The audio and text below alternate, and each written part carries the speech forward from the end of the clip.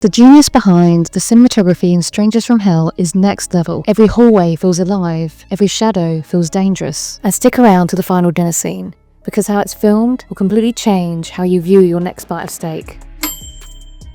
Oh, and speaking of steak, that's mine ready. Meat is meat. The bloodier the better. Anyway, let's get into the Strangers from Hell cinematography breakdown, shall we?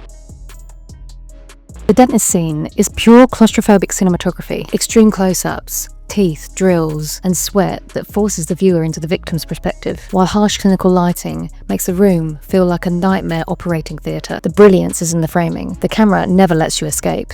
You're pinned to the chair, trapped by the composition and the angle, which creates psychological tension without needing gore. It's the perfect example of how horror cinematography makes you feel physically uncomfortable just through the camera work and the lighting, and it sets you up for the next big test of tension: the twins and their sack. When Jong-woo sneaks behind the railing, the leading lines pull your eyes across the frame. A perfect example, straight out of photography. The camera guides you to the danger. Then, as he peeks around the corner, bam, one of the twins is right there. The cinematography zooms in on the unsettling bond between Jong-woo and Moon-jo. When Jong-woo insists that he wants to see what's in the bag, the camera cuts to Moon-jo's reaction, and here's where it gets creepy. His eyes light up, and it feels like a psychopath watching chaos, or more like a father or even a partner looking proudly over someone he cares for. It's not shot like a horror moment, it's shot like a tender moment. Then, when Jong-woo walks off, Moon-jo shrinks in the frame. Wait for me, and suddenly, the big terrifying villain feels like a lost puppy. The tonal whiplash, going from horrifying to weirdly sweet, but that's what makes it so unsettling. And if you're enjoying this cinematography breakdown of Strangers from Hell, hit the like button, it really helps. And tell me in the comments, which scene messed with you the most? The dentist close-ups, the sack with Moon-jo's weird affections,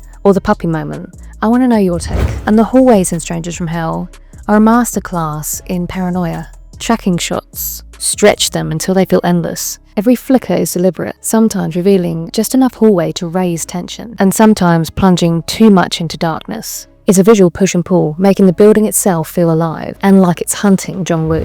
The dinner scene is where cinematography turns the familiar into horror.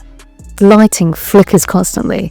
The camera pans from Jong-woo's tense expression to Moon-jo watching him like prey. The framing makes Moon-jo look predatory without him even moving. And then comes the smile. Moon-jo flashes that wide grin, and with his two front teeth, he looks like a bunny. But here's the thing.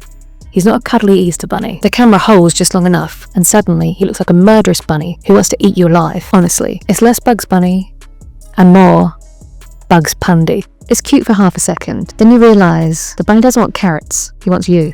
Then, just like that, the cinematography swings back into serious menace. The sound design amplifies every chew, every squelch, until you feel sick watching it. That's why I said at the start, you'll never look at steak the same way again. So, that's the genius behind Strangers from Hell's cinematography. The claustrophobic dentist chair, the unsettling way Moon-jo looks at Jong-woo with almost loving eyes, the hallway paranoia, and the perfect leading lines while Jong-woo is hiding behind the fence. And a dinner where a bunny grin turns into pure nightmare fuel.